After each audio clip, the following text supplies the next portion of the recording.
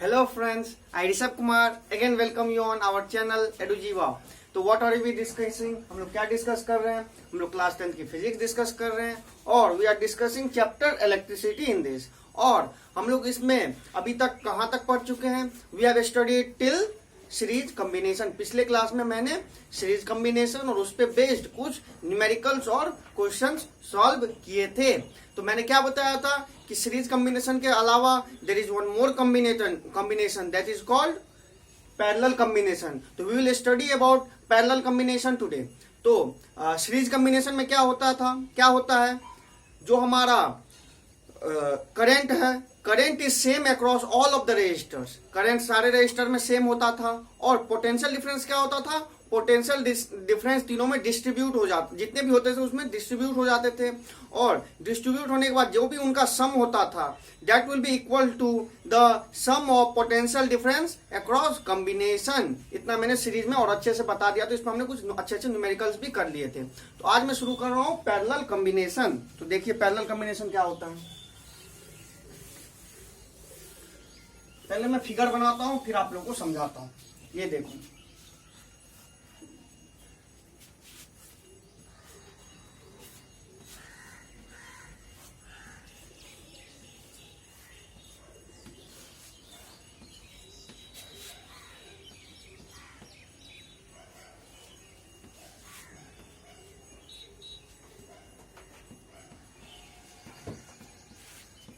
देखिए parallel combination में क्या होता है, सीरीज में क्या होता था, एंड टू एंड कनेक्शन होता था। एंड टू एंड, एक के एंड के साथ दूसरे को जोड़ दिया, फिर इसके एंड के साथ इसको जोड़ दिया, तो ये हो जाता था हमारा series combination. But what is parallel combination? Parallel combination में क्या होता है, व्हेन टू और more resistances are connected between two same points. यहाँ दो सेम पॉइंट है, ये पॉइंट, ये मान के चलिए ए पॉइंट और ये बी पॉइंट।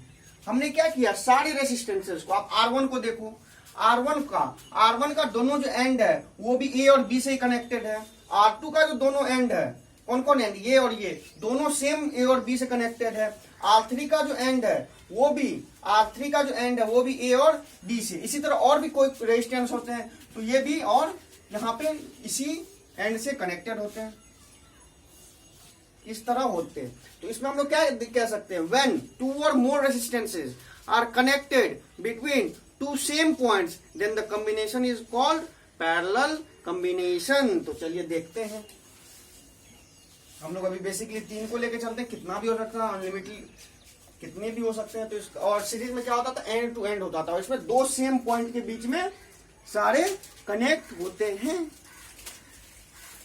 तो हम लोग what will be the definition, when two और मोर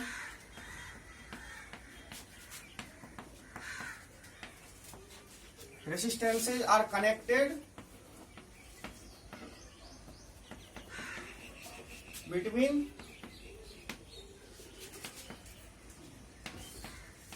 two same points।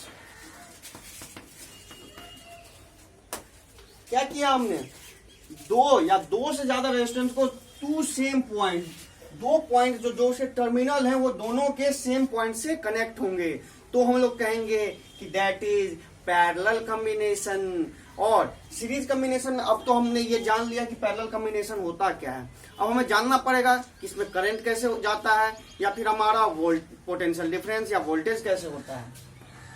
तो देखिए सीरीज में क्या होता है, सीरीज में हमारा करंट सेम होता है और पोटेंशियल डिफरेंस डिफरेंट होता है। इसमें क्या होता है, इसमें जो होता है हमारा तीनों पॉइंट के अक्रॉस, तीनों रेजिस्टर या जितना भी हमारा रेजिस्टर्स होंगे उन सब के अक्रॉस हमारा पोटेंशियल डिफरेंस सेम होगा।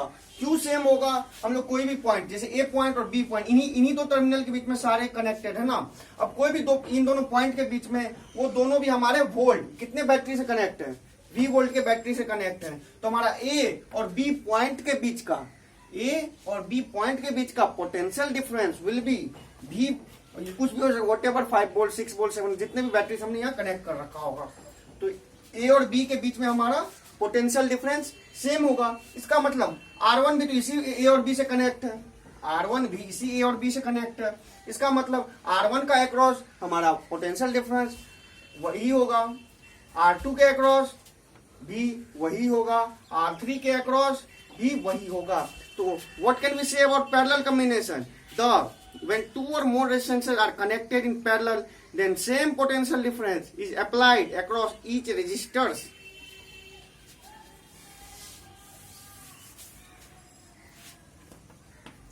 आप लोग when two or more resistances are connected in parallel, then same potential difference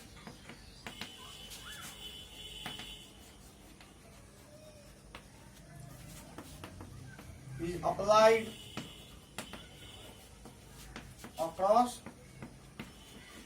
each resistors.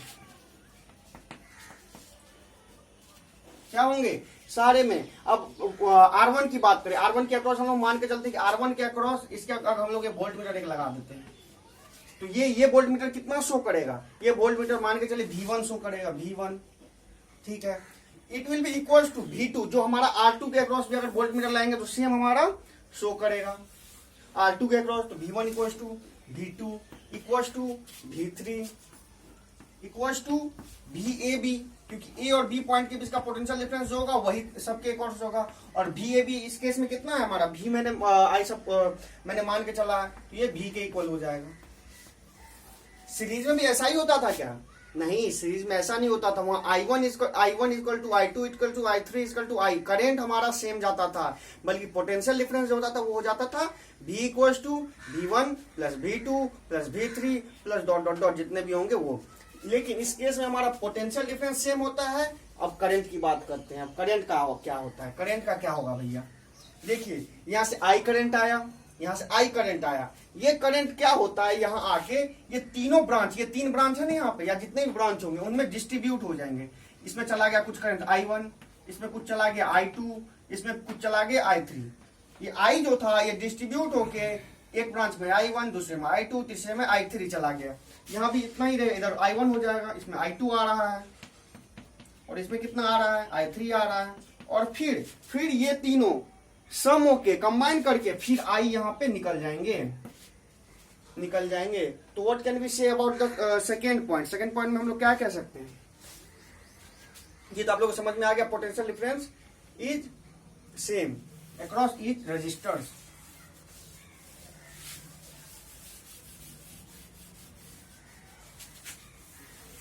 हाँ, दूसरा पॉइंट क्या होगा?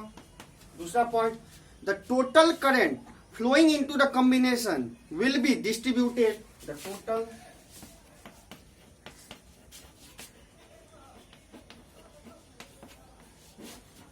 flowing in the combination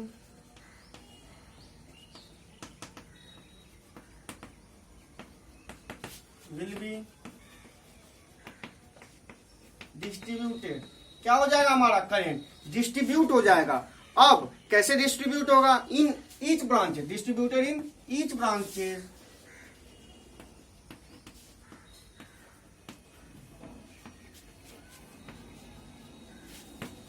such that total current will be equal to total current will be equal to sum of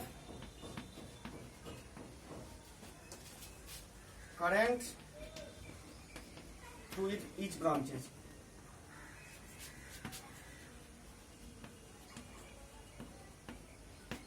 through etch branch.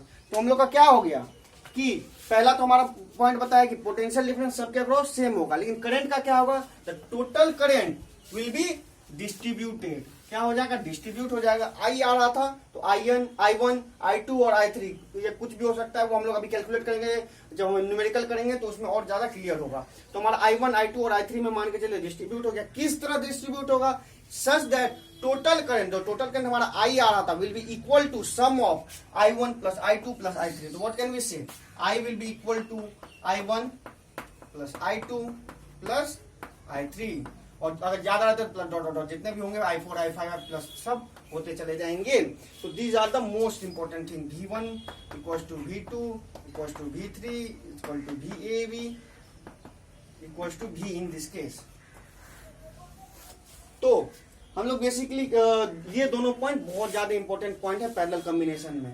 पहला कि हमारा potential difference across each resistors will be same but the current is distributed among each of the branches and the total current will be equal to sum of current across each branches I equals to I1 plus I2 plus I3।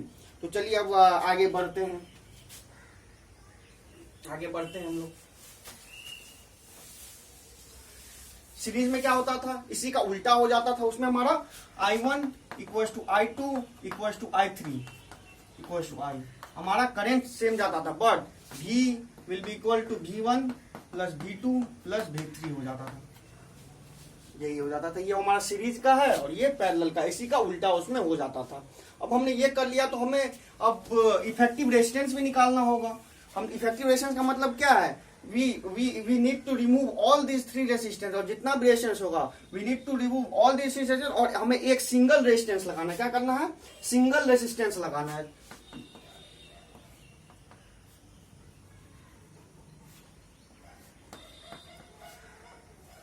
ये हमारा are effective.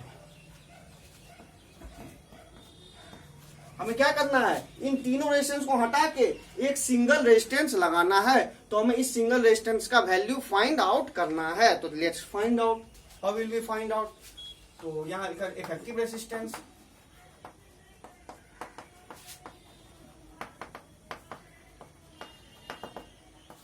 देखिए effective resistance हम लोग कैसे करेंगे।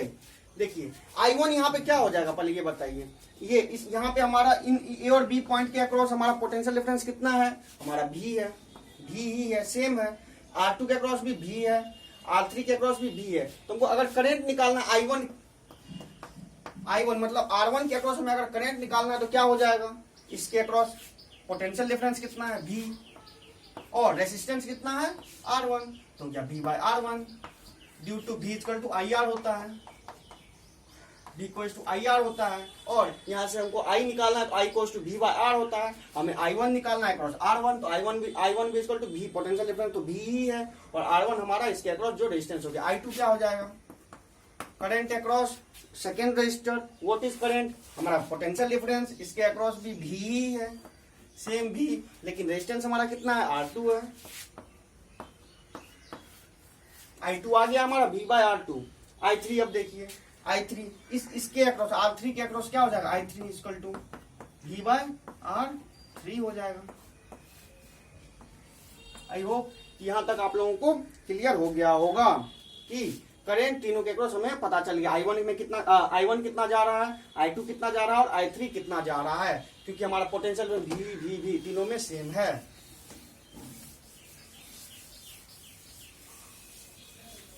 अब देखिए मैंने क्या बताया, जो टोटल करंट होगा I will be equal to I1 plus I2 plus I3। जो तीनों ब्रांच में थे, तीनों ब्रांच के जो करंट का सम होगा that will be equal to total current.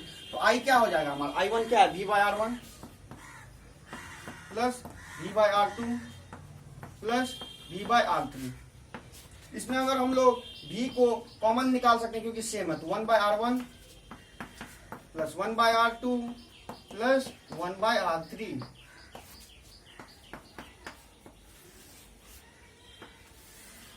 ये हो गया हमारा ये। अब देखिए हमारा हम लोग मान लेते हैं इक्वेशन 1। अब देखिए इस केस में, इस वाले केस में जब हमने तीनों रेजिस्टर को हटा दिया और सिंगल रेजिस्टर आर इफेक्टिव का लगा दिया, तो इस केस में इसके अक्रॉस कितना करंट जा रहा है कैसे निकालेंगे, एज पर ओम्स लॉ। फिर वही I विल बी इक्वल, यहाँ टोटल करंट तो I ही जा रहा है, I will be equal to इस आर इफेक्टिव के अक्रॉस पोटेंशियल डिफरेंस कितना है V, क्योंकि बीच में कोई और रेजिस्टेंस नहीं है तो हमारा V हो गया, और इसके अक्रॉस रेजिस्टेंस कितना है आर इफेक्टिव हमने माना REFF। अब देखिए इक्वेशन 2। नो इक्वेशन 1 और 2 में देखिए LHS दोनों का इक्वल है I और I, तो what does this mean, it means RHS will also be equal, RHS भी इक्वल होगा। तो what can we conclude, from 1 and 2, from 1 and 2। दोनों इक्वेशन से क्या हम लोग कर सकते हैं, V by R इफेक्टिव इसका RHS will be equals to इसका RHS B is equal to 1 by R1 plus 1 by R2 plus 1 by R3। देखिए तो B और B को यहाँ क्रॉस कर सकते हैं क्योंकि दोनों सेम क्वांटिटी है। तो हमारा 1 by R इफेक्टिव कितना आ गया, 1 by R1 plus 1 by R2 plus 1 by R3। देखिए पैरेलल में कितना आता है 1 बाय आर इफेक्टिव का, ये हमारा फॉर्मूला हो जाएगा 1 by R effective equal to 1 by R1 plus 1 by R2 plus 1 by R3।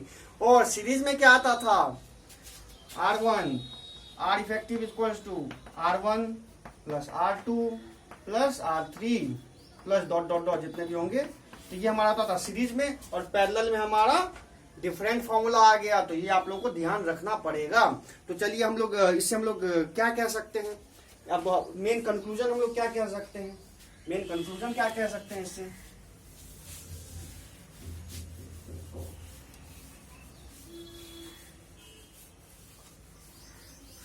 Main conclusion, when several resistances are joined in parallel then reciprocal of इसका रेसिप्रोकल ऑफ इफेक्टिव रेसिस्टेंस, इसका reciprocal ले रहे हैं 1 by R effective ले रहे हैं, तो reciprocal of effective resistance will be equal to sum of reciprocals of individual resistances.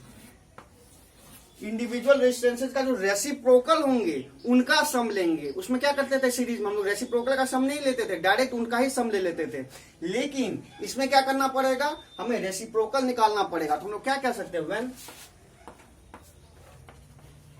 several resistances are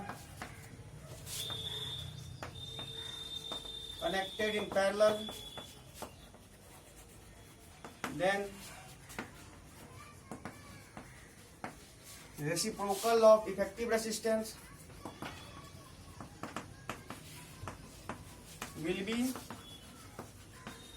equal to sum of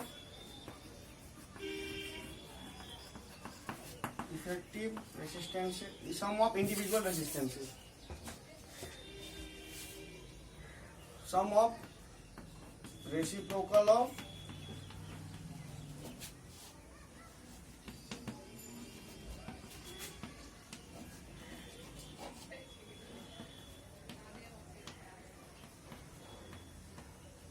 हाँ, तो क्या हो जाएगा हमारा, the reciprocal of effective resistance, जो हमारा इफेक्टिव रेजिस्टेंस है उसका जो रेसिप्रोकल है, रेसिप्रोकल मतलब 1 by R effective will be equal to sum of reciprocal of individual resistance से, जो इंडिविजुअल रेजिस्टेंस है उन सबका रेसिप्रोकल ले लेंगे और सबको ऐड कर देंगे। अगर हमारा ज्यादा होता तो बेसिकली हम लोग क्या कह सकते हैं, 1 by R effective will be equal to 1 by R1 plus 1 by R2 plus 1 by R3 plus dot dot dot dot जितने भी होंगे वो हो जाएंगे। चलिए इस पे एक छोटा सा क्वेश्चन कर लेते हैं हम लोग, छोटा सा, बहुत छोटा सा। मान के चलिए कि 3 रेजिस्टेंस हैं,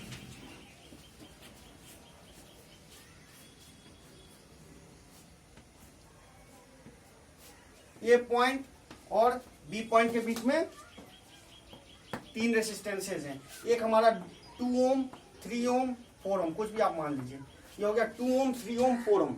we have to find the effective resistance between point A and B, और ए एंड बी के बीच में हम इफेक्टिव रेजिस्टेंस निकालना, क्या करेंगे, 1 by R effective will be equal to 1 by 2 plus 1 by 3 plus 1 by 4। तो यहाँ क्या हो जाएगा, 1 by R effective equal to, हम इसको फ्रैक्शन को सम करेंगे तो इसका हमारा जो एलसीएम आ जाएगा वो हमारा 12 आ जाएगा। 6 प्लस 3 4 जा प्लस 4 3 जा, तो 1 by R effective will be equal to 6 4 10 3 13 by 12। But this is not the, ये हमारा नहीं है, 13/12 नहीं है हमारा। बहुत लोग बच्चे क्या गलती करते हैं, ये 13/12 यहाँ निकाल दिया, इसी को कह देते हैं this is R effective, but this is not R effective, क्योंकि ये 1/r इफेक्टिव है। तो हम लोग क्या करेंगे, R effective will be equal to R effective. इसको अगर हम लोग इसका फिर अब पलटाना पड़ेगा, रेसिप्रोकल लेना पड़ेगा, इसको पलटाएंगे ऊपर आएगा तो ये भी पलट जाएगा, यानी 12/13 ये हो जाएगा हमारा आंसर 12/13 ओम। 12/13 ओम या 13/12 ये 1/r इफेक्टिव था, तो आर इफेक्टिव 12/13 ओम आ जाएगा। बच्चे यहाँ गलती करते हैं इसलिए मैंने बता दिया।